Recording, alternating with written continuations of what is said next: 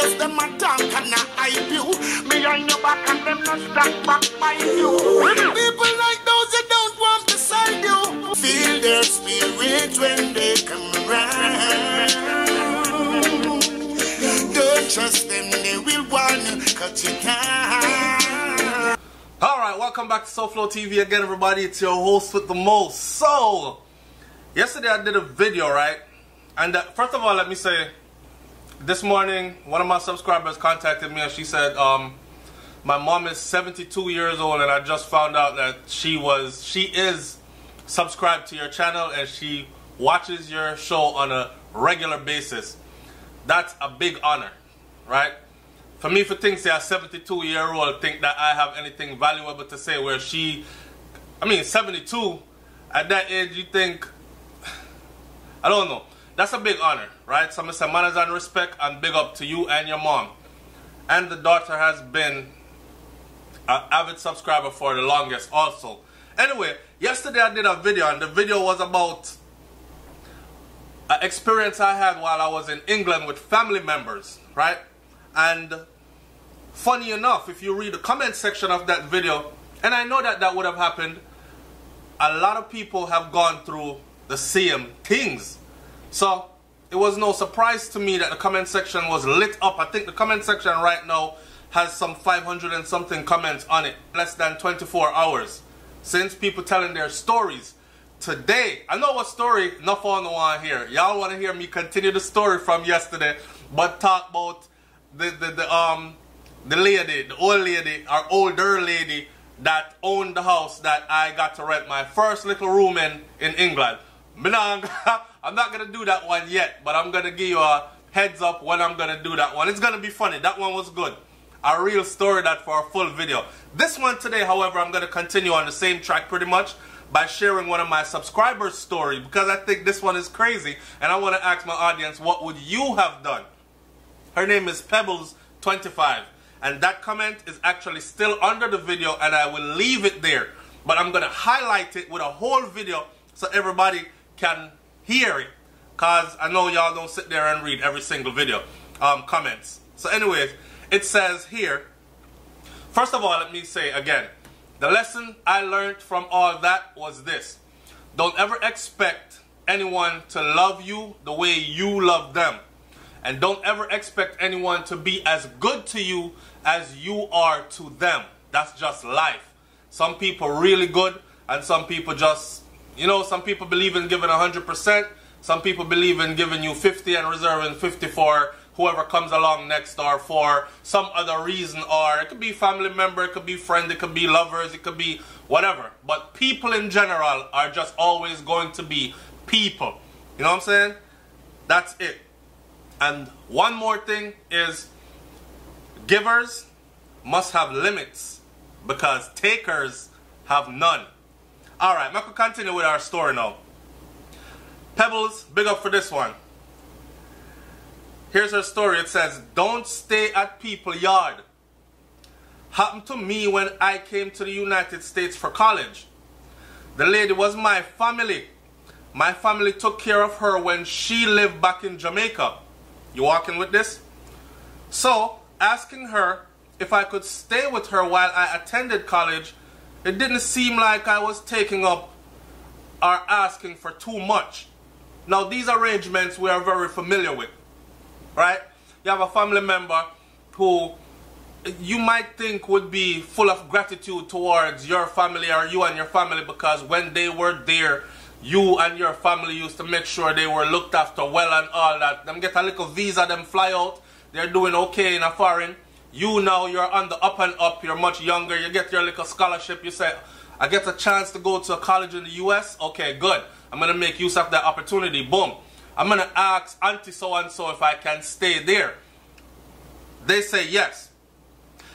Asking her if I could stay there with her while I attend college didn't seem like it was too much. She said, oh, of course, that's no problem. Come on. 2 days before I came, she called her family and told them she had a bad dream about me. That should have been the first sign for me to know I didn't want to go to this woman's yard, or she did not want me at her yard. A month into staying with her, I realized that she was crazy. This, I read it up. A month into staying with her, I realized that she was crazy. She jumped in my bed every morning and pretended to be a baby. Now, man, red flag. Big red flag. Right there, I would have thought you either want to do something sexual or you're just being weird as hell. I would have had to go after that part. Hugging me up in a funny way, etc. So you can imagine somebody tell you, say, it's okay, come stay. And you stay in there, you go to school, and they take it upon themselves to jump in your bed every morning and hugging you up in a crazy way. Lord of mercy. She started calling me 3 times or more daily, asking where I am and what I was doing. This sound like some stalker stuff. This sound like some lover's business. Then, one day, one of her church sisters called and told me that I must be careful of her. I had a late class one night. Why would her church sister? But you know, some church people, them hypocritical and rotten, and enough of them too. They talk one thing in front of you and then behind your back there's another thing. I know one in particular, and I won't say her name or make mentions, but this person wicked. She'll be there talking about so and say, yo, dirty girl, you know, I'm not like her, you know. And her phone would ring, and it would be that person calling, and she would switch. Marcy, I want girl, me there just a talk about you, you know. You just run across my mind, man. Everything alright? Wicked! Anyway, when I listened to, the lady said, then one day the church sister called and told her, be careful of her. I had a late class one night and I couldn't answer her phone calls. She left 20 voicemails. Doesn't this sound crazy, people? When I listened to them, I cried. I decided, yo, I will just pack my shit and go back home to the Bahamas. Me I'm a sufferer to be going through hell with no one. When I got home to her house, she cursed me out and told me, get out of her home. She'll pull knife and put knife in my face, telling me that she will kill me. And because she has records of mental illness, she won't go to jail. Alright, red flag from the beginning. Now you're hearing, who does that? Gullibop.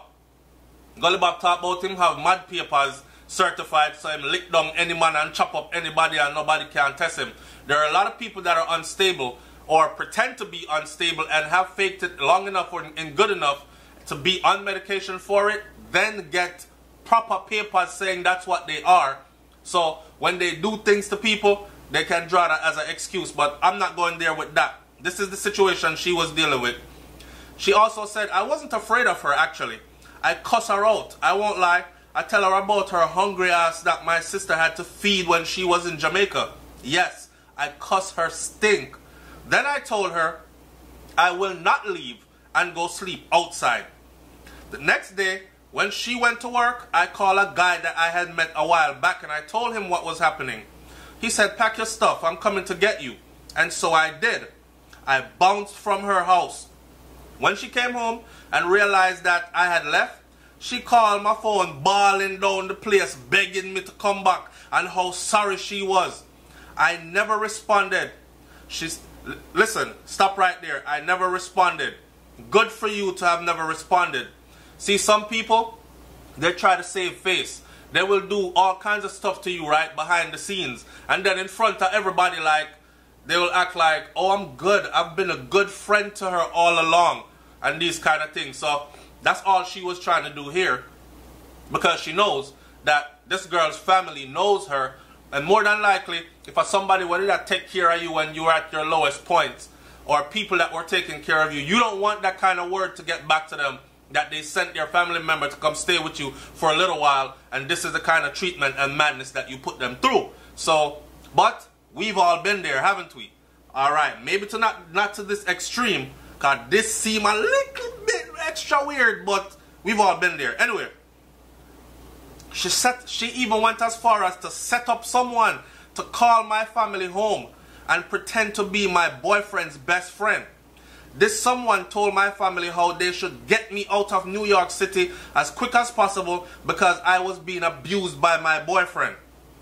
Thankfully, caller ID caught the number, and when I called, the man answered and I threatened to report him to his employers.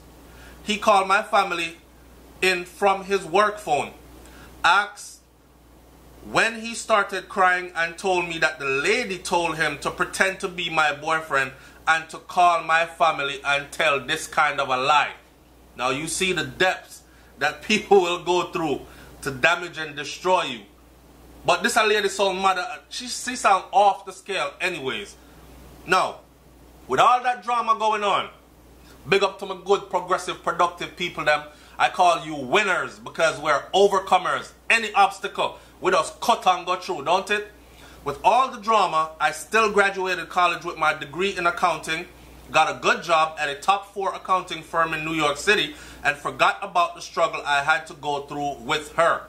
Here is where life takes a change. A month ago, which is 15 years later, my family members, which are her family members as well, called me to ask if I could put her up because she got evicted. Ha, ha, ha, ha. Ah, I love karma, man. I swear. Put her up because she got evicted. I said, oh, hell no. I will not allow that evil woman in my house. I said, however, I can give her some money to help pay her rent. They gave her my number. She called me pretending to be nice. And how convenient. They never forget what they put you through. They never forget what they put you through. But they somehow come around nicely when they need things. You know what I'm saying? You know them kind of people there? Alright. I dropped off $1,000 to her and walked away. I blocked her calls after that, after I gave her the money. And I said, good job. And continue to strive, continue to be about your progress, your productivity, and your progress. People, the story sounds crazy, and I want you to tell me what you would think. Here's my opinion of that whole story. This lady was either mentally ill, kind of like schizophrenic, probably on some type of medication, because people hide these kinds of things about them. You don't just readily tell everyone, yo, I'm going to go off on the deep end every now and then, you know, they'll have me on meds, so watch out, I might get crazy on you. People don't tell you that like all the time. People don't come out and disclose these things to you. So either this lady, but jumping in my bed, hugging me in weird ways, calling me 2, 3 times, 4 times a day, leaving 20 text messages because I'm 20 voice notes because I'm at a late class, cussing, quarreling, telling pack me stuff and come out of your house and all this, and then cry after I leave and beg me to come back. That sound like in your mind you thought we were in a relationship or something. Wrong or right? Talk up the things in the comment section, man, and let me know. And hey, stay tuned for the video because I'm going to shoot that video today and then I'll upload it at a later time. But stay tuned for the video where I talk about this older woman and my first little room that I rented when I was staying in London, England. Alright? It's SouFLoTV, man. Like, comment, share, subscribe. Leave your comment in the comment section below. This could be like a dear pasta. I'm out. Peace.